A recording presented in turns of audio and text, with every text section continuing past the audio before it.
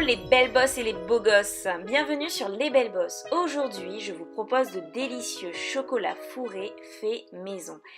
Pour commencer, les ingrédients que vous pouvez retrouver dans la description. Et on commence par mixer les fruits secs, amandes et noisettes, que l'on va mettre dans un blender pour obtenir une fine poudre. Et pour humidifier le tout ou donner une petite note sucrée, on va ajouter une demi-datte coupée grossièrement et une cuillère à café de purée d'amandes. On mixe à nouveau le tout et on obtient un premier jet de pâte. Afin d'avoir une consistance un peu plus compacte, on va ajouter 2 cuillères à café d'huile d'amande pour commencer et ensuite on va ajouter encore une fois 2 cuillères à café. Attention toutefois de ne pas exagérer sur la quantité. Quand on peut former une boule avec la pâte, c'est qu'elle est prête. Maintenant, on peut l'étaler sur du papier cuisson, l'installer dans une belle assiette et la réfrigérer pendant 15 minutes, le temps de préparer le reste.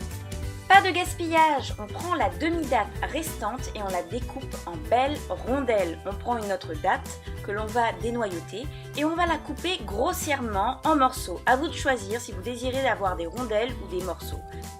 Pour rendre le chocolat plus gourmand sans perdre son aspect nutritionnel, on va ajouter de la purée d'amande ou de beurre de cacahuète dans chaque morceau de datte.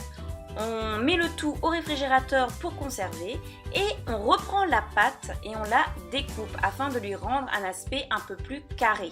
Des petits carrés pour commencer et après on peut prendre chaque petit carré pour les transformer en rondelles. Là également, à vous de choisir si vous voulez des rondelles ou des carrés. On remet au frigo et on va s'attaquer au chocolat. On va simplement mettre le lait d'amande et les 100 g de chocolat noir, 80% pour moi dans une casserole et sur feu doux. Dès que le mélange chauffe, vous sortez du feu et vous mélangez hors feu.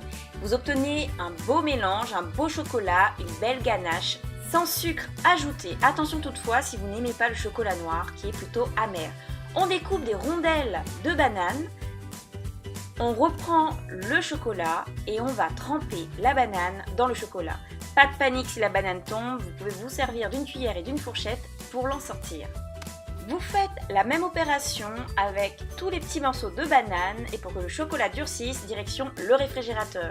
30 minutes sont suffisantes pour que le chocolat durcisse. On peut enfin passer au principal, le montage du chocolat.